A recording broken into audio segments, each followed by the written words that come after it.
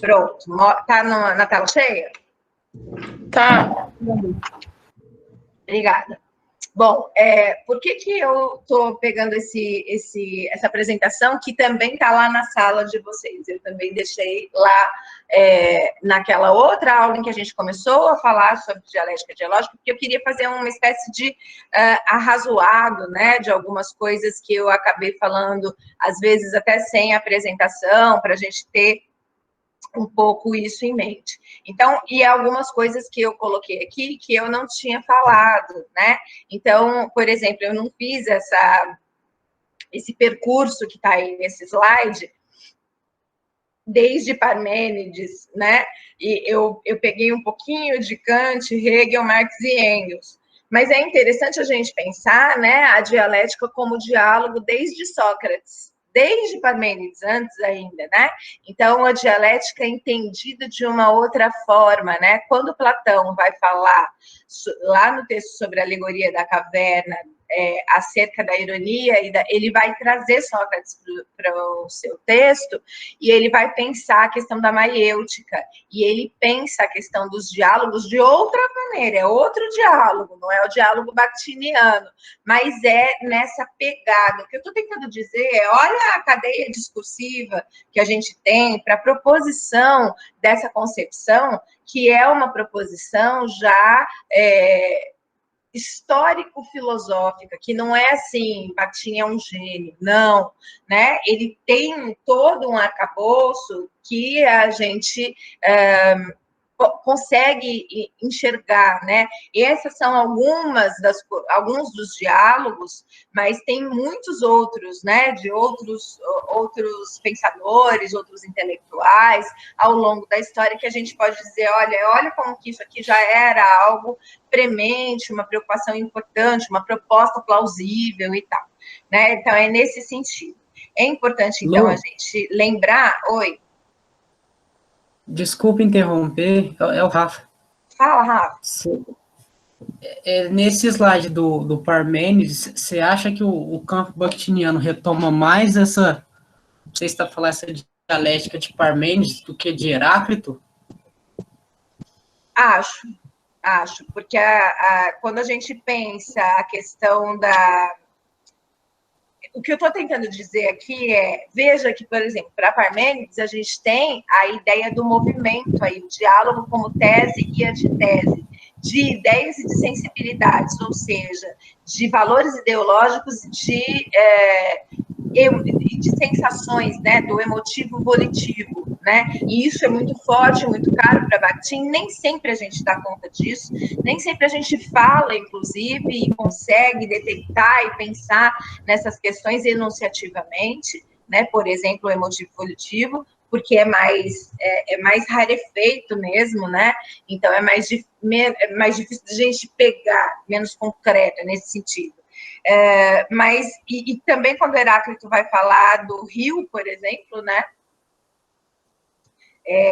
tem ali a ideia de singularidade, ok, né, mas não é a mesma coisa, né, que o rio não é o mesmo rio, né, o homem não é o mesmo homem, então, eu acho que talvez as duas coisas, Rafa, só que duas inspirações com os seus devidos cuidados. Em que sentido? Não é a mesma coisa, nem que Parmênides, nem que Heráclito fazem, né?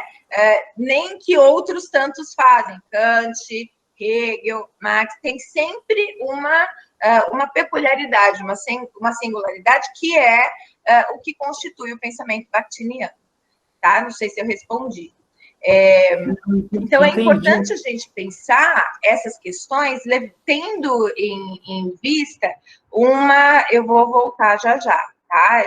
Deixa eu só ver, tem gente entrando, peraí, estou ouvindo uns barulhinhos aqui, peraí, deixa eu permitir, senão as pessoas não entram. Ok, acho que acabou. Eu vou voltar. Estão visualizando em tela cheia? Sim. Sim, Lu. Tá. Sim. Só para eu mostrar para vocês, eu nem sei se eu pus aqui, porque eu não coloquei, não pus. Eu tinha feito um esqueminha, mas é que eu achei que ele estava tão feio que eu tirei. Mas tudo bem, a gente pega a partir daqui mesmo, que era o slide em que a gente estava. Veja que a ideia já está aí em partes, né? Então, nesse parágrafo, nesse parágrafo que está aqui, ó, né? Nesse parêntese grandão que está no slide, né? O que significa essa dialética dialógica, né? Um método, veja que eu coloquei, tá até entre aspas, né? Um método ou técnica que pressupõe que a verdade está latente, ou seja, constitui, né?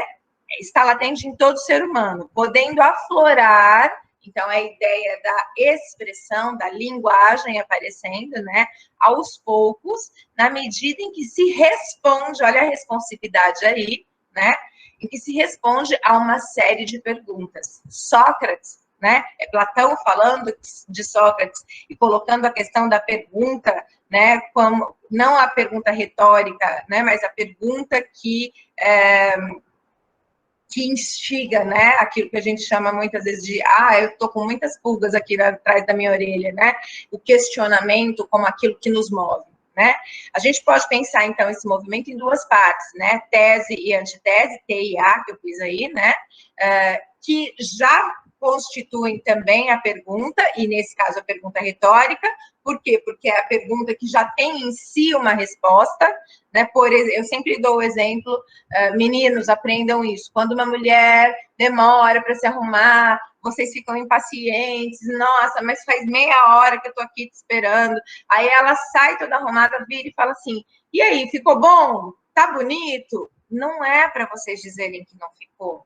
A pergunta é uma pergunta retórica. A pergunta já traz em si a resposta. A pergunta, na verdade, é um cutucão para dizer assim, demorei tudo isso para me arrumar. Agora diz que ficou bom e tá bonito. Em vez de brigar comigo. Né? Então, tô aqui brincando, né, com vocês, com esse exemplo tosco, mas é só para a gente pensar o que é essa tese e antitese dentro da própria pergunta, né? Porque tem sempre um risco. A resposta que ela quer já está dentro da pergunta, mas quando é formulada, expressa enunciativamente como pergunta, para um outro externo, uma outra pessoa, um outro sujeito, né? A resposta nem sempre pode ser aquela que está incutida na própria pergunta, a resposta que eu espero receber, né? A resposta pode ser, nossa, mas você demorou tudo isso para aparecer desse jeito? Né? Poderia ser, por exemplo, tá? E também, como toda resposta não é acabada e não é conclusiva, né, não é um ponto final, essa resposta vai suscitar uma outra, por exemplo, um socão no meio da cara, né? Então, estou brincando aqui só para a gente pensar que todas essas questões, e aí a gente não vai ter nunca o diálogo acabado, né? A tese gera sempre uma dúvida, um risco, uma antitese, né? Que pode. Então, essa antitese, olha aí a diferença. Essa antitese, eu estou falando desse jeito de propósito, né? Ela parece, por conta do anti que tem na expressão, parece que ela é sempre contrária, parece que ela é sempre em negação, mas não necessariamente. Porque mesmo quando eu concordo com alguém, eu não concordo plenamente. Eu concordo e essa concordância ela pode ser irônica, ela pode ser concordância de determinada parte ou de algumas coisas que foram propostas e não de outras. Então, veja que isso não é simples e não é, de novo, caixinha. Vamos tentar tirar a nossa mente dessa corrente, e é corrente mesmo, porque parece que está amarrado e trancado a cadeado, né? Dessa corrente estrutural que muitas das vezes nos aprisiona, né? E eu acho que aprisiona a nossa mente e a nossa lógica o tempo inteiro, porque a gente foi treinado a pensar dessa forma. Então, a gente tem que destreinar, né? Liberar isso, tá? Então, a tese gera uma dúvida ou uma sugestão, gera uma resposta antitética, né? Que vai muitas das vezes, não, que vai se fundamentar no solo social, né? No dado, que vai coletar o dado, que vai produzir o dado, que vai construir o dado. O dado nunca é dado, né? Então, o mundo em si, a realidade, ela não é uma realidade objetiva, pronta e acabada. Sou eu que olho com os meus olhos e colho dela aquilo que quero ou que busco, tá? Então, é nesse sentido.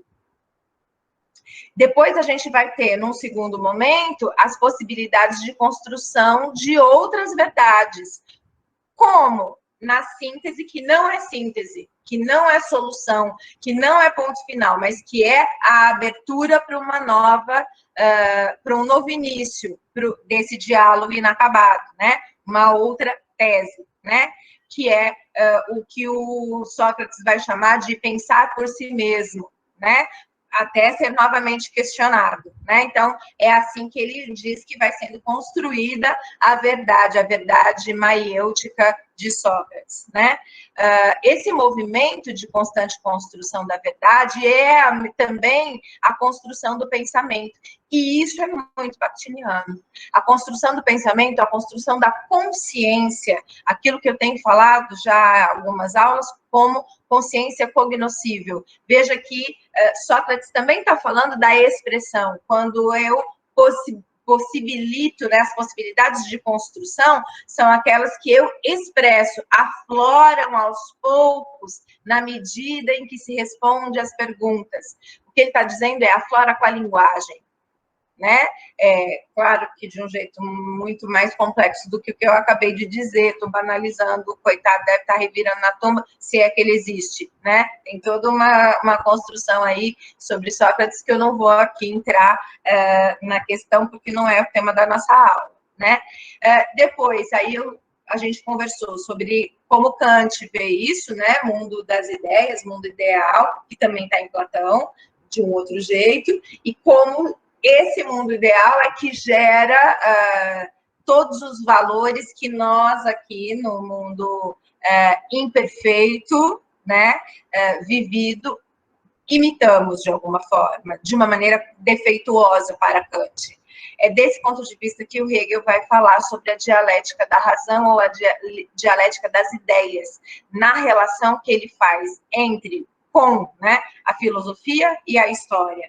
Então, ele vai pegar isso que já está aí gestado ao longo da história, ao longo das ideias filosóficas, e vai propor como método, né? E aí Marx vai dizer, o problema é que é ideal, é abstrato e parte de cima, quando, na verdade, o que eu quero entender, eu não vejo o mundo como um mundo defeituoso, como uma imitação de algo a ser desenvolvido ou evoluído. Eu vejo o mundo historicamente sendo produzido nas relações de trabalho entre os homens, que hierarquicamente se constituem num determinado sistema com uma dada estrutura a partir das suas relações materiais. Então, aí é que ele inverte a dialética e ele parte do mundo material, que também vai ser o ponto de vista bakhtiniano, o enunciado concreto, o mundo material, o solo social.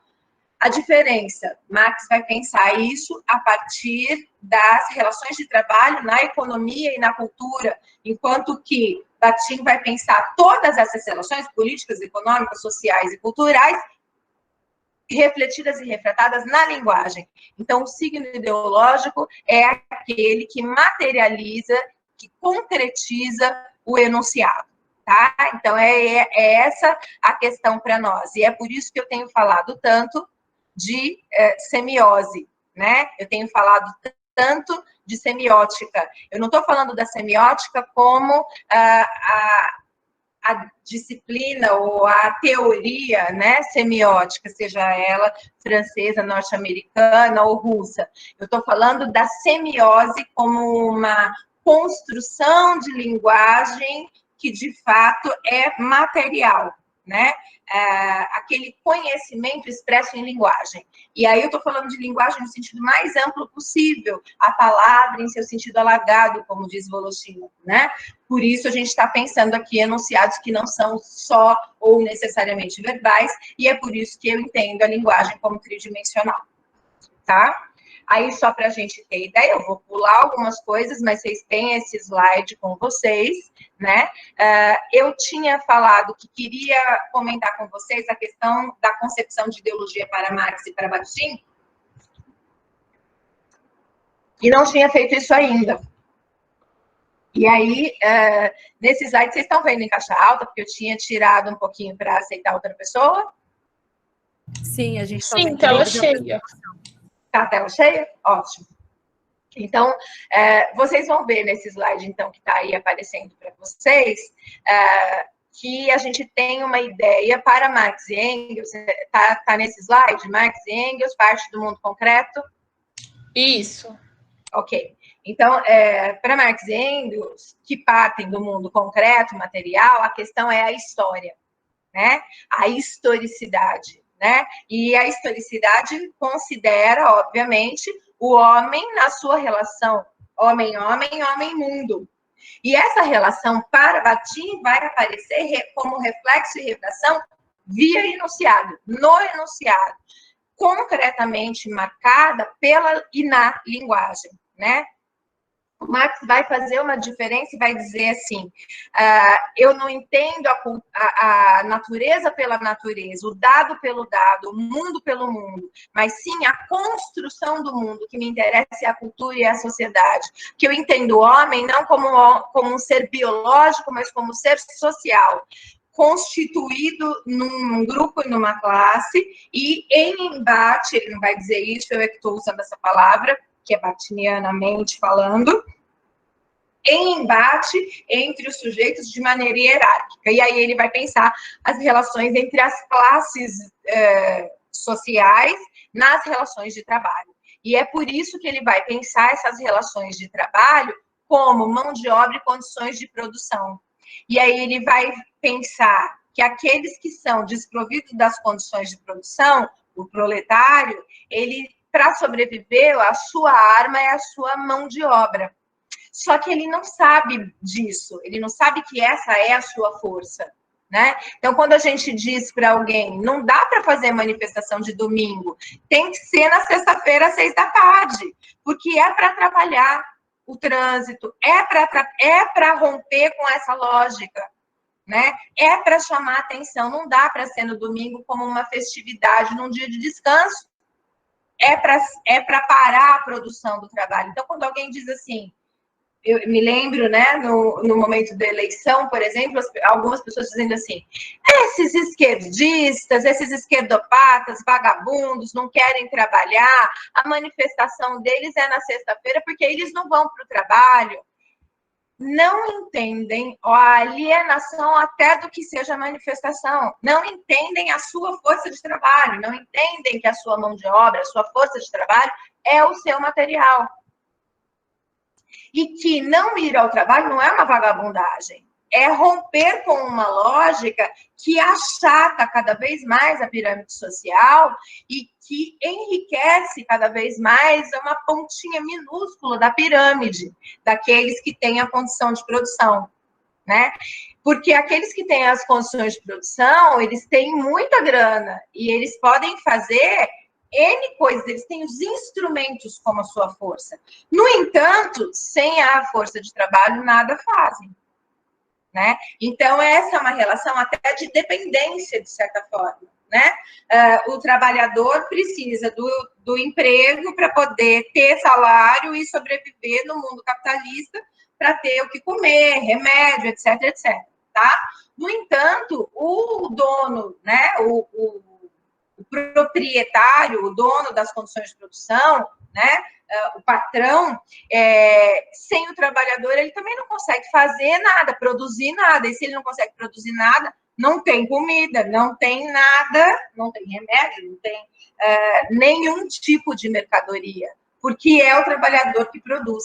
E essa questão da falta de consciência da sua condição e da sua força de trabalho, é que faz com que a gente tenha mulheres, aquela contradição sobre a qual a gente já falou, né? Mulheres que defendem o ponto de vista dos homens, né? Então, aquele caso da menina de 10 anos que foi estuprada por 4 anos, né? E gente dizendo assim, ela usufruiu a palavra, olha o signo, usufruir, né? Ela usufruiu de sexo por 4 anos com o tio e não falou nada para ninguém.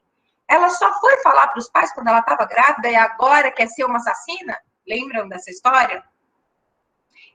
Mulheres, às vezes, falando isso, né? Então, mulheres que não entendem, que não se colocam, né, que não reconhecem o seu próprio lugar de vitimização, de abuso, de fragilidade, e a gente nem está falando de uma mulher adulta, a gente está falando de uma mulher criança, né? Então, vejam como e aí defendem indiretamente, ao acusarem a menina, inevitavelmente estão defendendo o estuprador. Mas se você disser para ela, mas você está defendendo o estuprador? O cara estuprou. Quem disse que estuprou? Quem disse que eu estou defendendo? Imagina, isso é um crime, isso é um absurdo. Mas se era estupro, por que ela não falou antes? Né? Então, quando as pessoas começam a colocar coisas desse tipo, elas nem percebem que estão defendendo o estupro. É isso que o Marx vai dizer e vai pensar na valoração como uma inconsciência. E vai pensar que a construção dessa ideologia é uma construção complexa. E aí eu acho que é importante a gente pensar, por isso eu estou trazendo, né, o quanto a gente acha que tem consciência. Porque para Marx, ideologia é falsa consciência. Eu acho que eu tenho noção do que eu estou falando. Eu acho que eu tenho consciência das coisas que quero e que são escolhas minhas. E ele vai dizer, não, isso é mascaramento da realidade. Aquela ideia que também está no Fanon, que o Douglas citou numa outra aula, né? A ideia do negro com máscaras brancas, alienação, né? Ou da mulher com máscaras masculinas, né? Então, quando a Damares diz, por exemplo, meninas vestem rosa, meninos vestem azul, eu sofri abuso porque meu pai não imaginava que evangélicos, religiosos, cidadãos de bem, fossem capazes, né, de abusar de uma menina, e não podemos falar sobre educação sexual na escola para protegê-las, ela não percebe que ela está colocando uma máscara do abusador, sendo que ela foi a vítima. Que ela está tentando, inclusive, justificar os pais que não viram isso, que colocaram dentro de casa pessoas que a violentaram, né? Então, esse mascaramento da realidade é inconsciente. E a grande questão para a gente sair desse mecanismo é a tomada de consciência. Então, a noção, a concepção de consciência nos é muito cara, porque é aí que entra a revolução bakhtiniana, como chama Pôncio, né? A ideia que Bakhtin entende que, por meio da língua, eu consigo verbalizar, é por isso que ele fala tanto em verbal, mas não é o verbal da língua sistêmica, e sim o verbal do discurso, né, da cadeia discursiva, do que eu estou chamando aqui de semiose, né? É pela linguagem que eu consigo, então, me dar conta dos meus processos inconscientes. Ele não está dizendo com isso, ele não está negando, é a mesma história do signo. Quando ele diz que o signo é ideológico, ele não está negando o signo. Ele está dizendo que o signo é mais do que estrutura. Ele está acrescentando ao signo a ideia, a noção de historicidade, ideologia e sujeito. O homem, a história e os seus valores. É isso que vai constituir esse signo ideológico. Ele não está jogando fora o significante e o significado, né? Da mesma forma que quando ele fala em consciência, Voloshinov mais especificamente, ele não está jogando fora a ideia da inconsciência. Quando Bakhtin, lá no Para uma Filosofia do Ato Responsável, vai falar em ato, ele não, em Právida, ele não joga fora a Istina, ele diz que a Istina existe. Só que ele diz, o que me interessa é a Právida.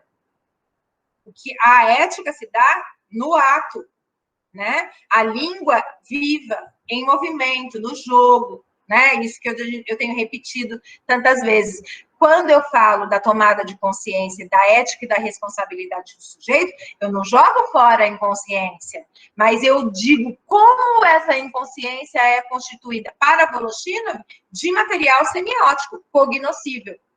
Né? E esse material semiótico é que me dá, inclusive, a possibilidade de interpretação disso e de tomada de consciência, então, desses processos. Né? É aí que o Marx vai falar, quando pensa a ideologia como falsa consciência, como aquilo que às vezes a gente acha que sabe e que a gente, muitas das vezes, tende a achar que não é alienado, né? Que ele vai dizer que é assim que se constrói o fetiche da mercadoria, principalmente pensando nas relações de trabalho, né? Que é o foco dos seus estudos, né? Então, a relação acontece, fetiche é desejo, né? Fetiche da mercadoria é o desejo da mercadoria. Vou brincar com a Natasha. Lembra, Natasha? Eu sabia, eu estava esperando. Nunca tem uma aula de fetiche da mercadoria que não me tem de exemplo. É porque não esqueço do eu preciso. É por isso, né? O fetiche da mercadoria é isso, coitada. Estou colocando a Natasha na berlinda, mas todos nós já fizemos isso em algum momento. É que teve uma vez que a gente foi viajar para um congresso e a gente estava andando na rua e aí ela viu, não lembro se era um chinelo, não lembro o que era, na vitrine, e aí ela disse que ela tinha comprado um chinelo porque ela estava sem, alguma coisa assim, e ela olhou e falou assim, nossa, que lindo! Não, gente, mas eu vou voltar aqui, eu vou ver quanto que é isso, eu vou juntar, porque se sobrar dinheiro da viagem, eu preciso desse chinelo. Então, é isso que é o fetiche, eu preciso, eu não preciso de um monte de coisas, mas eu me convenço, falsa consciência, eu me convenço de que eu preciso. O meu computador está meio detonado, mas ele está funcionando, mas eu preciso de um computador novo. Entendem? Meu celular tá bom e tá funcionando, mas eu preciso de um celular com uma câmera melhor, com um não sei o que, de tal jeito. A minha televisão não é a mesma, é aquela de tubo, que não consigo, por exemplo, sei lá, projetar na minha TV a tela do meu computador, porque ela não tem essa tecnologia. Eu preciso de uma TV nova. A gente constrói álibis, né? A gente mascara os nossos fetiches. E esse fetiche da mercadoria não é só do produto, eu estou dando exemplo de produtos, chinelo, celular, TV, computador. Mas a gente também tem fetiche de conhecimento, a gente tem fetiche com pessoas, a gente se relaciona com as pessoas e a gente transforma as pessoas em objeto, né? Agora, pegando a teoria da semiótica mesmo, né? O objeto valor, muitas vezes, né, que aparecem para a teoria e que ela assim interpreta a partir de determinados textos, o objeto valor muitas das vezes é o outro, que para nós não é objeto, bakhtinianamente falando, é sujeito. Né? Então, eu quero muito, sei lá, né? Eu quero muito que namorar o Murilo Rosa. Né? Ele nem sabe que eu existo, tá? Mas ele é o meu objeto valor. Eu transformo esse sujeito que tem vida própria, que tem historicidade, que tem as suas questões, que nem sabe quem sou eu na fila do pão, né? Em um objeto valor abstrato para mim, numa ideia, né? Quantas vezes eu estou falando do Murilo Rosa, que é né? Alguém conhecido, mas a gente faz isso com pessoas bem próximas, às vezes. Um paquera. Eu tô velho, não é mais paquera que fala, é crush, né? Mas o crush não é exatamente a mesma coisa que a paquera, né? Então, veja que eu estou aqui brincando, tentando deixar um pouco mais leve, né? Algo que é extremamente duro, que é o processo de alienação no qual nós vivemos. E quando o Rafa me disse assim numa aula, não dá para então a gente pensar alienação para Bakhtin, né? E eu disse, mais ou menos, foi essa a resposta que eu dei para ele, é porque dá sim. A questão é que a gente tem que tomar consciência da nossa própria alienação. O processo de alienação para Marx, ele se dá em 3 números. Então, veja aí no PowerPoint que eu coloquei. Fetiche da mercadoria, processo de alienação.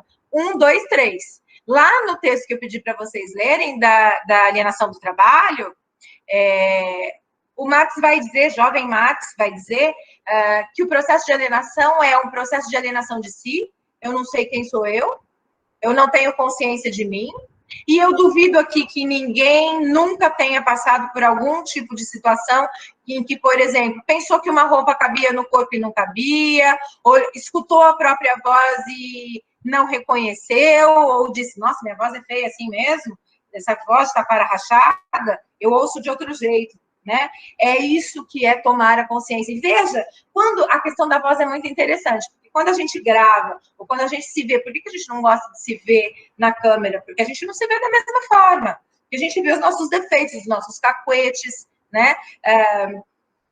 Ou a voz, a mesma coisa. Eu tenho uma amiga, por exemplo, que ela diz, eu odeio ouvir a minha voz no gravador, porque a minha voz fica tão feia, né? E eu digo para ela, não, sua voz é exatamente essa que está no gravador, né? É essa relação do eu e do outro que fica, agora eu vou usar, verbalizada ou discursivizada, expressa em linguagem, e que eu tomo consciência de mim pela língua, pela linguagem, na expressividade. Então, eu tomo consciência de mim na relação com o outro no mundo, na interação que eu tenho com o outro, que é discursiva. Nessa cadeia discursiva, nessa interação mesmo. Né? Eu estou tentando usar um termo que não é nem cadeia nem corrente, para não pensar em prisão, mas eu estou usando cadeia no sentido de ter elos, né, de uma rede, né, nesse sentido, tá? Mas esse não é o único processo de alienação. Veja que o negócio é complexo, porque eu tenho o processo de alienação de si, o processo de alienação de mim mesma, eu não sei quem sou eu, e aí quando a gente pensa na força de trabalho para Marx, é o trabalhador que não tem ideia da sua força de trabalho, e que por isso aceita e se subjuga a determinadas relações, faz hora extra e não exige seus direitos, aceita a carteira verde e amarela, como é que o Bolsonaro tinha dito desde a campanha, ou é sem direito ou é sem trabalho. Se não aceitar a carteira sem direito, se não aceitar a reforma da Previdência, e agora, se não aceitar a reforma administrativa, né, não vai ter não sei o quê. Inclusive num discurso coercitivo, né, ameaçador.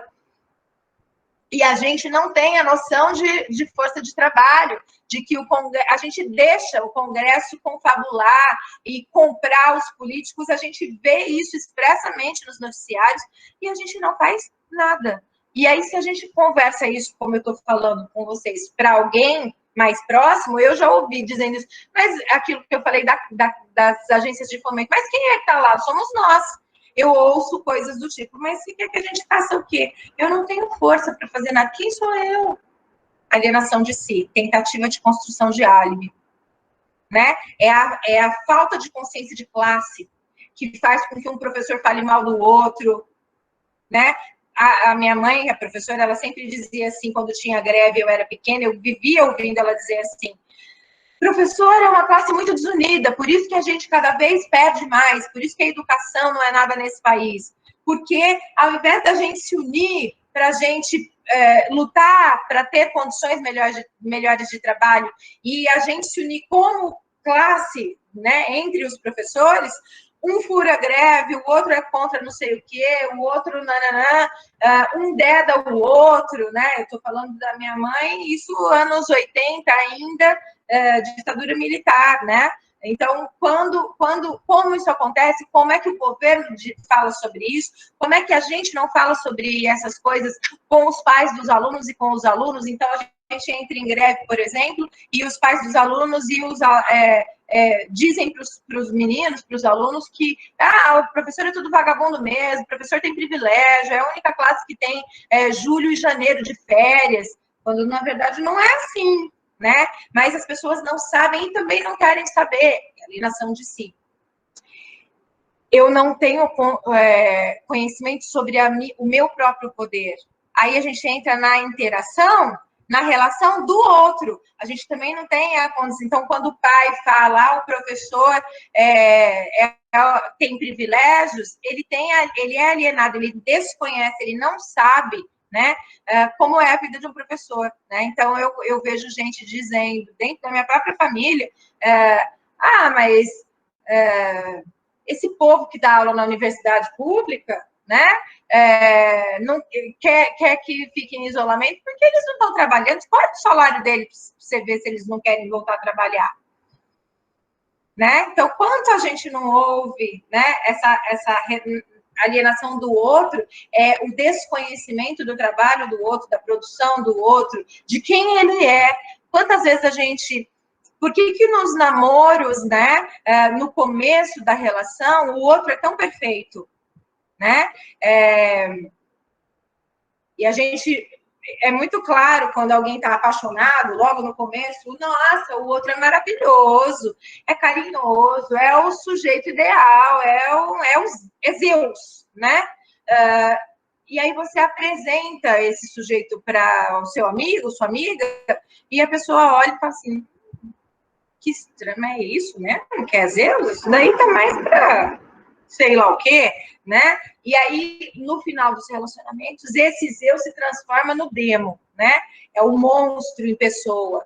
Exatamente porque muitas das vezes a gente não se relaciona com o outro em si, mas com uma imagem que a gente tem do outro, né? A gente projeta no outro valores que a gente quer que o outro tenha, e a gente diz que o outro tem, né? A gente justifica, né, determinadas questões para, inclusive, se convencer de que aquela é uma boa relação, não é uma relação abusiva, por exemplo. Lu, a Josi está pedindo a minha tela aceitar. travou. Vocês estão me ouvindo? Tem gente pedindo para entrar, por isso que eu parei. Tô te ouvindo, Lu. Vocês estão me ouvindo, gente? Para mim tá dando uma travada, eu não ouvi a última parte. Eu saí da tela para poder permitir, mas não estou conseguindo. Só um minutinho, tá? Travou mesmo um pouco. Ele deu uma travadinha. Travando um pouco mesmo. Vocês estão ouvindo agora? Sim, Lu. Sim, Lu, tá travando só um pouquinho. Sim, tá. Fechou É mais a sua imagem, aqui. Lu, Deixa eu que tá abrir de novo. travando. O Pera áudio lá. tá vindo normal.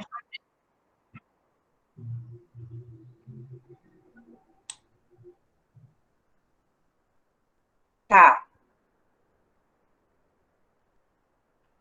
E o PowerPoint saiu, né? Isso, tá a sua imagem. Eita.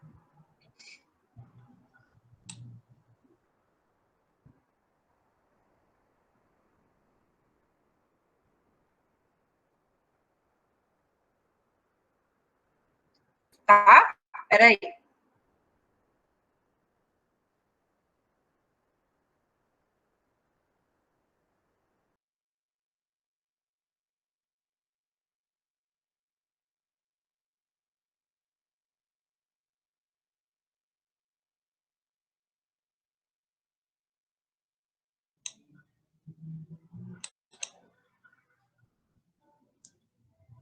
Gente, travou aí no rosto da Lu?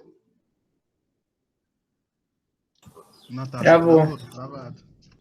Ah, tá. É agora que o Saulo falou, saiu do rosto dela. Tá, só pra saber. Valeu. Tá travado. Nada.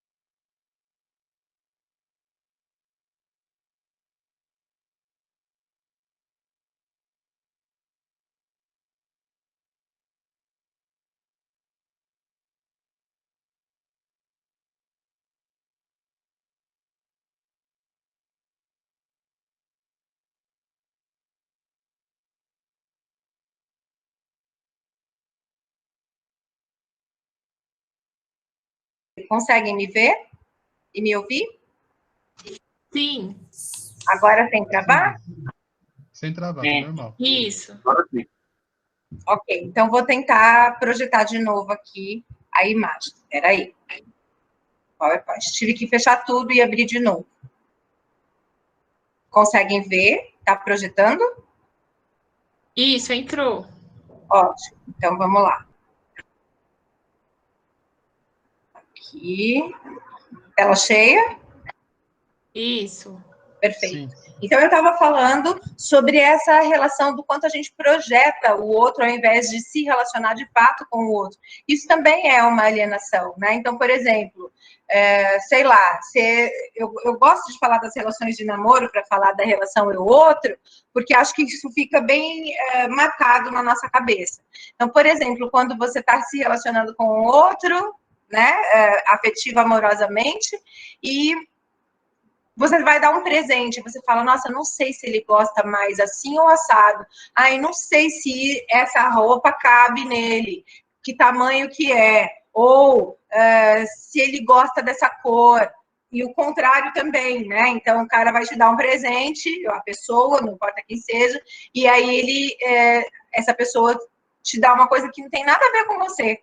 Mas a pessoa jura de pé junto que você vai amar, né? Então, essa relação que é uma relação que fica travada, né? É uma relação alienada. Então, olha só, né, como é que a gente, na interação, vai... Inclusive, é por isso que no convívio, a gente ouve muito isso, né? No convívio que a gente conhece a pessoa, né? A gente ouve isso. O que significa? Que é no convívio que a gente consegue desmontar ou desmascarar, né, a nós mesmos e ao outro, porque não dá para a gente também, por exemplo, se arrumar e ser linda, maravilhosa o tempo inteiro, né, ou ser educada todo o tempo. Há dias em que a gente está de mau humor, há dias em que a gente não quer conversar com ninguém, há dias e aí, às vezes, o outro quer conversar no dia que você está afim de ficar quieto, né, então aí as rusgas que vão aparecendo vão quebrando, né, de alguma forma, essa falsa consciência. A depender da interação, eu tomo consciência e às vezes eu penso, nossa, isso não tá legal, ou não é para mim, ou não é o que eu pensar, enfim, né, ou até fica muito melhor, né? Então, tudo depende da interação no jogo entre os sujeitos, tá? E o terceiro processo, segundo Marx, que é o processo que ele vai depois desenvolver na ideologia alemã e que vai aparecer no Capital, é a alienação ente-espécie, né? O que é essa relação ente-espécie? Ente significa ser, né? E espécie é a coisa, é o produto. Então, é a alienação sujeito-coisa, sujeito-objeto. É a relação entre vamos pensar que o Marx está falando das relações de trabalho, né? Então, é a relação entre o que eu produzo e o produto que eu faço. Então, eu ganho R$1 para produzir numa indústria fordista, por exemplo, eu sou uma das peças, das engrenagens que produz um carro. E eu ganho o meu salário que não dá para comprar o carro que eu mesmo produzi. Né? Então, e aí eu me endivido para comprar o produto que eu faço. Né? Ele vai falar disso pensando, por exemplo, na época, lembra do Brasil colônia, em que os colonos moravam nas fazendas, né, e compravam na mercearia, no mercadinho, que tinha dentro da própria fazenda. Eu não tenho dinheiro, eu vou lá e marco na caderneta, né, eu vou lá e marco no caderninho e acho que está tudo bem, e não me toco, não tenho a consciência de que com isso eu estou me endividando cada vez mais e que essa é uma relação escrava. É uma relação que me faz Me dá a falsa consciência de que eu sou autônomo, livre, trabalhador, tenho um salário reconhecido e posso fazer o que eu quiser, inclusive comprar em outro lugar. Mas eu não tenho condições porque eu não tenho esse dinheiro. Então, eu vou lá e marco na caderneta e isso vai ser descontado do meu salário. No mês que vem, eu não vou receber salário de novo. Eu vou ter que trabalhar mais um mês marcando e cada vez mais a minha conta vai ficando mais alta e cada vez menos eu vou tendo essa liberdade, mas eu acredito, ó a fidúcia, ó a fé, a crença, sobre a qual nós também falávamos ontem, né? Eu acredito, eu não tenho a consciência dessa relação que eu tenho e da minha força de trabalho. Eu não tenho a relação, e isso não é separado 1, 2, 3, como eu coloquei aí, mas tudo junto, né? Então, eu não tenho a consciência da minha força de trabalho, da exploração que eu tenho na relação com o outro e da minha relação com a coisa que eu produzo, né? E é nesse processo ente-espécie que o Marx vai falar da humanização da coisa e reificação do homem. Reificação ou coisificação, porque reificação vem da palavra res, que significa em latim coisa, né? Então, há uma inversão, olha aí, há um reflexo, há uma inversão da realidade. Esse reflexo, essa inversão da realidade, é quando eu não sou alguém por mim, pelos valores que eu tenho, por aquilo que eu gosto, pelas posturas que eu tenho no mundo, mas eu sou alguém a partir daquilo que eu tenho, do celular da marca tal, eu sempre dou exemplo para os meus alunos de uma professora, quando eu dava aula em Franca, que a gente pegava, todo mundo ia até um determinado ponto, que era o Novo Shopping, em Ribeirão, deixava o carro no estacionamento e a gente esperava o ônibus da Unifran que passava para buscar os professores. E a gente ia, então, todo mundo junto de ônibus para Franca. E aí, nesse percurso, a gente, obviamente, conversava. E teve um dia que, na volta, né, de Franca até Ribeirão, uma professora estava muito brava dentro do ônibus. E aí a outra começou a perguntar, mas por que você está brava desse jeito? E ela disse assim, porque eu fui na liquidação do lápis vermelho, no Ribeirão Shopping, e eu comprei uma calça da Fórum e eu paguei R$500 na calça. Gente, isso faz muitos anos. Esses R$500 valiam muito mais do que hoje, tá?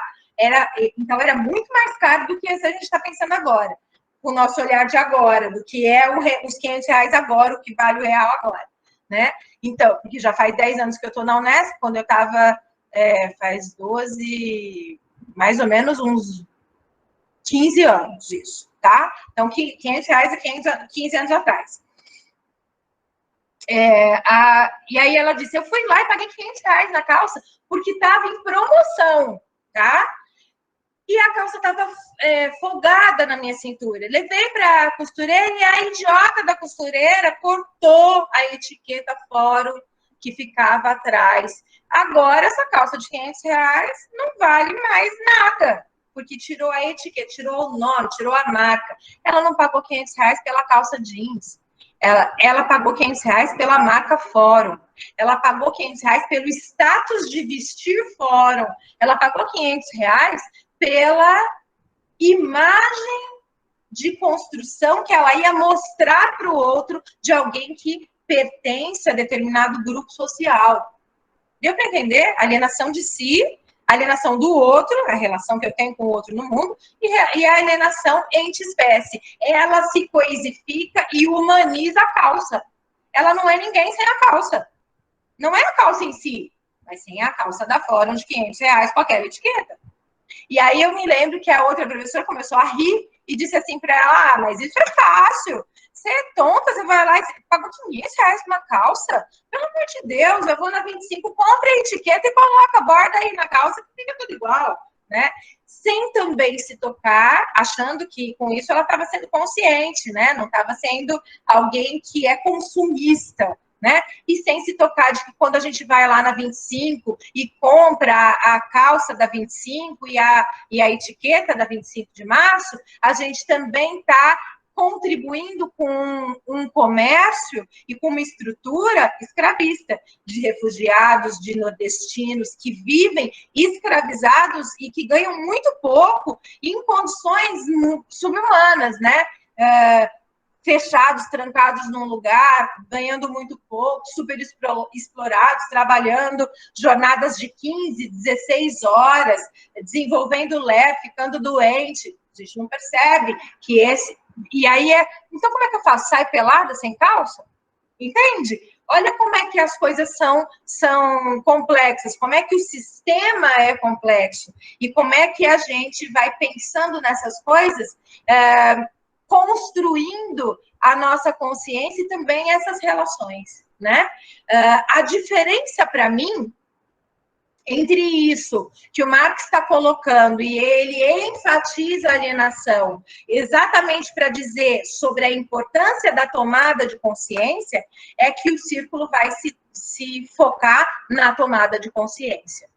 Sem esquecer que esses processos que querem ser hegemônicos, que as forças centralizadoras, centrípetas, né, nos pressionam, e que a gente vive nessa relação de forças o tempo inteiro, acontece. E acontece o tempo todo. Não dá para a gente jogar isso fora, tá? Da mesma forma que não dá para jogar fora a possibilidade de mudança disso. E essa possibilidade de mudança se dá pela consciência. Desse ponto de vista que a gente vai pensar o que é superinfraestrutura, né? A Marilena, eu peguei a definição da Marilena Chauí, lá no Que é Ideologia, ela diz assim: superinfraestruturas são instâncias, paráfrase, tá? Não é citação direta. São instâncias constitutivas e constituídas na e pela correlação, embate, interação, correlação de forças estabelecidas na sociedade em sua luta de classes, a partir de sua base material, e a base material é a infraestrutura. É aí que a gente vai pensar o materialismo histórico dialético. É na correlação tese e antitese, na base, no material, no enunciado concreto, na semiose que se materializa, nessa alienação que a gente toma consciência dela nas relações de interação com o outro pela linguagem. Agora eu estou trazendo isso para Bakhtin. Tá? Em uma dinâmica dialética e não de sobreposição de instâncias. Quem está certo, quem está errado, quem vale mais, quem vai ganhar. Não.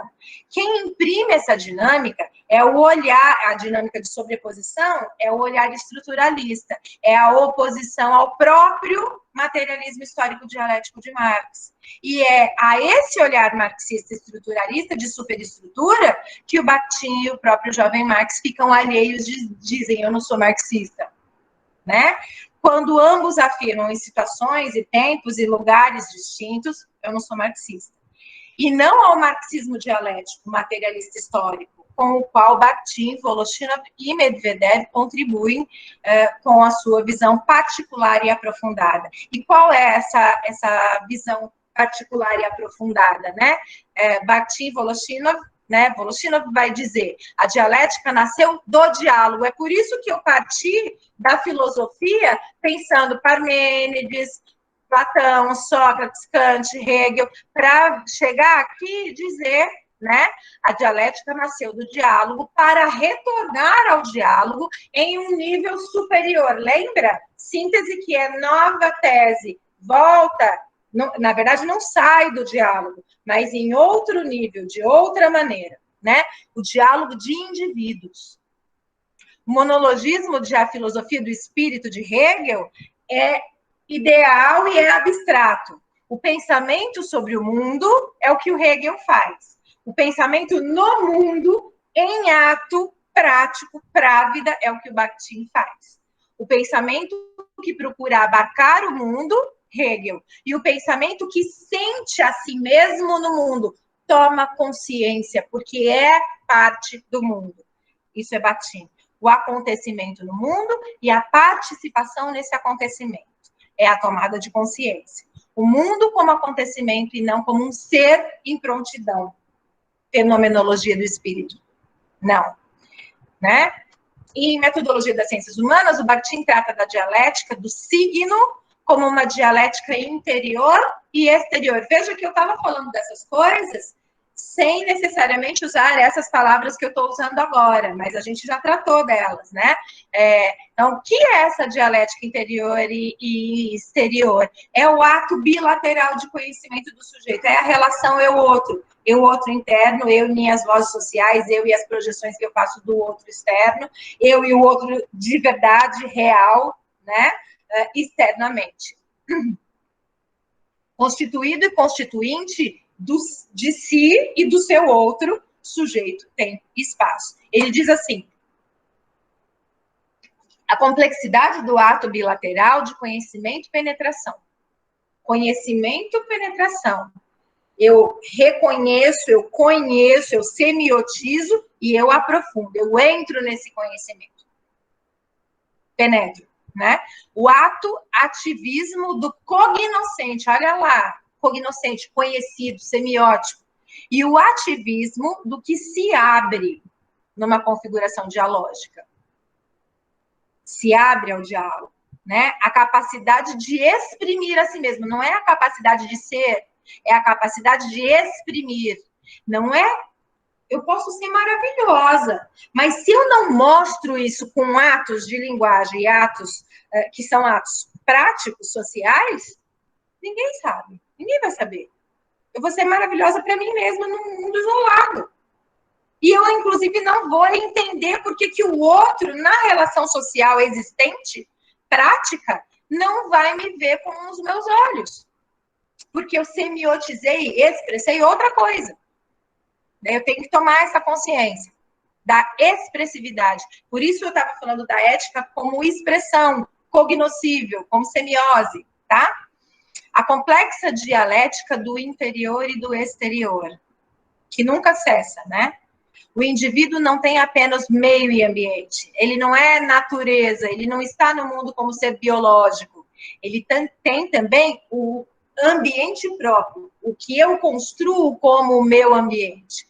As bolhas, de certa forma, acho que representam bem isso, né? Nesses excertos, a gente pode perceber que, para Bakhtin, não se trata de negar os aspectos da dialética marxista, mas de ampliá-la pelo viés do dialogismo. É por isso que eu faço questão de chamar de dialética dialógica.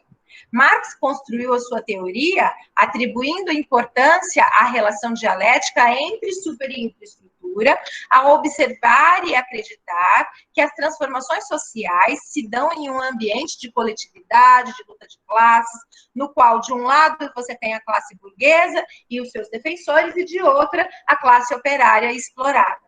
Bakhtin integra esses sujeitos, a gente é ao mesmo tempo, né? Ao conhecê-los na e pela linguagem. Então, não é mais a relação de trabalho em si apenas, mas é essa relação semiotizada na linguagem, expressa, né? Dialogicamente, como reflexo e refração discursiva. Não é a realidade per se. Isso não é um cachimbo. É a imagem de um cachimbo. É reflexo e refração da realidade. Deixa eu só terminar, eu já deixo você falar e já permito lá. De acordo com as forças centrífugas e centrífugas, de dispersão, né, de marginalização, de tentativa de ruptura, de subversão e de tentativa de cristalização, de centralização, de hegemonia. Nessa força, nenhuma só e nem outra só, as duas em jogo, né? Relação interior e exterior e o outro, como relação ideologia e semiótica, construída na e pela linguagem. A lente pela qual Marx enxergou o mundo focou um viés histórico materialista com base na produção material da vida social. A lente do círculo focou o dialogismo, influenciado pela economia, mas também por outras forças valorativas. Também de base econômica, quando a gente está falando, né, no capital, no mundo capitalista, né, o que sempre acaba sendo uma relação de poder, de alguma forma. A questão é essa relação de poder, ela é expressa e semiotizada, né? Fala, Natasha, era para permitir? As pessoas estão pedindo, deixa eu ver, quem mais? É isso, Lu, era só para avisar, porque como você não tem acesso ao chat... Sim. Obrigada. Foram 2 pessoas só, isso mesmo? Vou voltar lá para a apresentação. Estão visualizando? Sim, Lu. Ótimo. Tela cheia agora. Obrigada.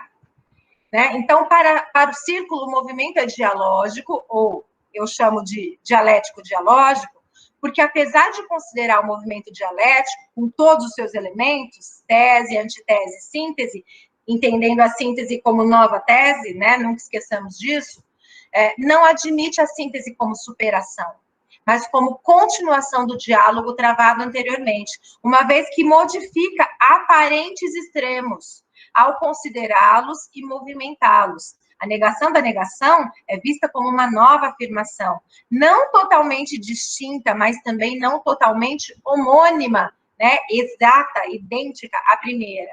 Ninguém tem razão e nada é superado. Relativiza-se os pontos de vista que se modificam no jogo dialético-dialógico. Mesmo quando eu afirmo algo a partir na interação com o outro, a partir daquilo que o outro me diz, eu relativizo aquela minha afirmação. Eu penso sobre ela, eu digo, putz, não tinha pensado desse ponto de vista, não tinha visto isso, ou confirmo e aí ainda reitero aquilo que estava pensando, mas há uma alteração, né? Logo, a convivência dos opostos, tese e antitese, que se digladiam no discurso por meio das vozes sociais, é o centro da cena. Ou seja, a relação é o outro que aparece no signo ideológico e nesse signo prenhe-grávido de valoração. Daí pensarmos, como afirma Voloshinov no Marxismo e Filosofia da Linguagem, no discurso como arena. Eu coloquei palco aí, porque na tradução da Sheila e da Caterina, elas usaram palco, mas eu não vou trocar, eu gosto de arena, porque palco, para mim, é muito marionete e mascaramento, e aí me remete à alienação, e eu estou pensando na arena dos jogos, na consciência da linguagem, né? Na tomada de consciência da linguagem desse sujeito ético e responsável. Afinal, sabemos que todas as noções do círculo giram em torno da concepção ampla e filosófica de diálogo. E aí eu posso pensar o dialógico ou o dialético-dialógico como seu método filosófico.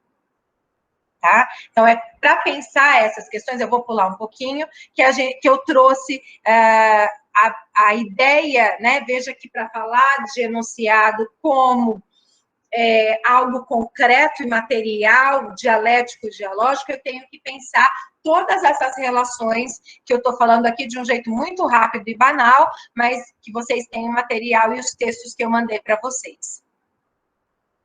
Eu quero só chegar... Então, ó, tem várias coisas aí, né, para a gente pensar só a questão da singularidade. Deixa eu só ver se é isso mesmo. Isso. Para a gente entrar, de fato, na ideia de consciência, né? Singularidade para Bakhtin não é individualidade, não é personalidade, não é eu acredito porque eu acredito que está acabado, mas é a peculiaridade, é uma peculiaridade dentro, no coletivo, no social. Né? É sempre social. A tomada de consciência de um sujeito, então, ela está sujeita a uma dada norma social. E essa norma, ela é linguística, ela é ideológica, ela é econômica, ela é política, né? E é desse ponto de vista que a gente pode pensar que, sim, a gente também, de alguma forma, como fazemos parte desse jogo, né? Também somos alienados, né? E temos que tomar consciência. Né? Então, tomar consciência da alienação é que me faz poder pensar na subversão, na revolução, na transformação. Quando um sujeito olha para si, ele olha do seu lugar, né? Faz isso a partir da sua perspectiva e da perspectiva de um outro. Eu tenho como que...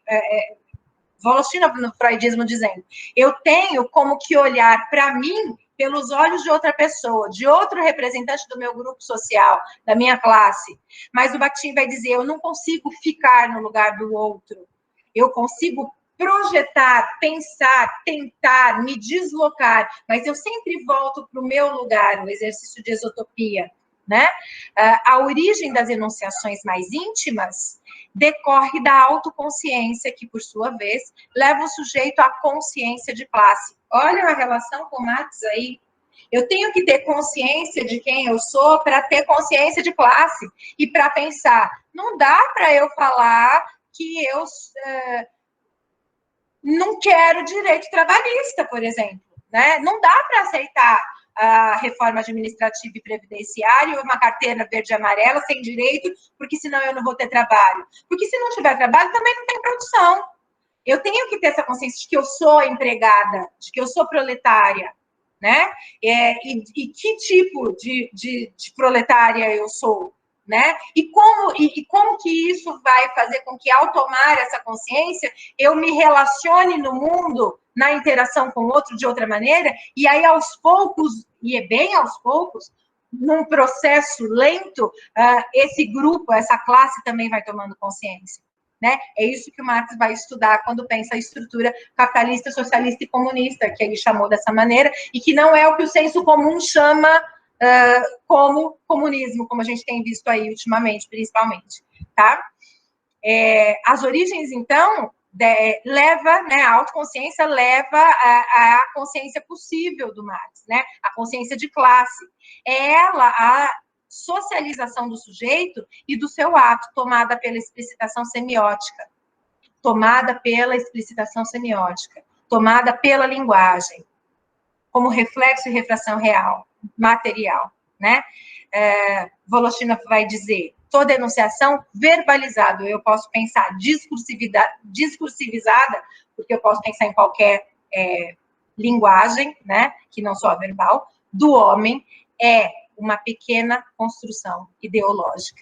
E nesse sentido é que a gente vai pensar, ainda para Voloshinov, os sistemas ideológicos como também estáveis e instáveis. E aí a relação entre ideologia hegemônica, aquela que é dominante, e aí a gente pode pensar os arquétipos, os estereótipos, né, no grande tempo, e como isso é subvertido no pequeno e no grande tempo, né? Os sistemas ideológicos estáveis e informados das ciências, das artes, do direito, etc., cresceram e se cristalizaram a partir do elemento ideológico instável, da consciência possível, da revolução cotidiana, da ideologia do cotidiano na infraestrutura, daquilo que estremece a base da pirâmide, do sistema, né? Que através de ondas vastas do discurso interior e exterior banham cada ato nosso e cada recepção nossa. Evidentemente, a ideologia informada exerce, por sua vez, uma poderosa influência, evidentemente, uma poderosa influência reflexa em todas as nossas reações verbalizadas, discursivizadas. Então, a gente não está jogando fora isso, mas também nessa relação de embate, de forças, que ela também pode ser estremecida. É essa relação que é um tanto quanto alienada e um tanto quanto tomada de consciência, né? Quando eu tomo consciência do meu processo de alienação, eu já não tenho mais o mesmo grau de alienação. E eu só tomo consciência disso pela linguagem, né? É assim que a gente desenvolve a consciência possível. E aí é a importância da ideologia do cotidiano como aquela que possibilita visualizar essas contradições que podem explodir no sistema, inclusive oficial, da ideologia oficial ou da ideologia canônica, hegemônica, enfim. É a luta entre o consciente e o inconsciente. É a luta entre a alienação e a tomada de consciência. É esse conflito infra e super, reflexo e refração, interno e externo, que vai aparecer como conflito psíquico, que é também social, emotivo, volitivo e valorativo, né? No freudismo, Voloshinov vai dizer, não são conflitos psíquicos pura e simplesmente apartados da sociedade, mas os conflitos psíquicos são ideológicos, a razão pela qual não podem ser entendidos nos limites estreitos de um organismo individual e de um psiquismo individual, é a briga com Freud, né? Ele está falando do ponto de vista da sociologia, né? Da psicologia social. Tá? O cognitivo é, de certa forma, social. Vygotsky vai dizer isso para a gente, né? Pensamento e linguagem, né? Sua expressão psíquica é social. E aí está a crítica a Freud. era isso que eu queria enfatizar para a gente pensar, então vou tirar, tem outras coisas, né? Tem mais 8 slides aí, tem algumas questões importantes, mas é para a gente pensar essas relações, e aí eu terminei com em suma, né? Eu vou ler só esse, então, deixa eu voltar aqui, tá? Em suma, o foco para Bakhtin é o foco na linguagem, que para mim é sempre tridimensional, ou verbo-voco-visual, né? O enunciado e enunciação é a materialização, né? Concretiza a realização do conteúdo, da forma e do estilo autoral e genérico no ato ético da prática social para a vida, nas esferas ou campos de atividade que são sempre, que movimentam a ideologia. Olha que para pensar enunciado e para analisar enunciado eu tenho que levar um monte de coisas em consideração, é isso que eu estou dizendo.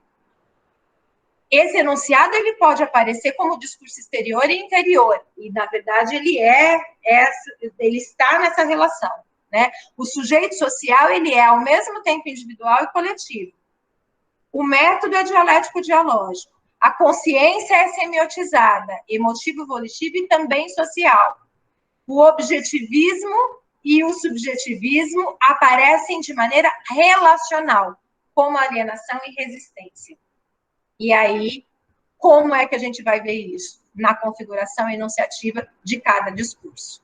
Deu para entender o que eu estou falando? Falei rapidão, porque a gente tem N coisas para falar ainda hoje, né?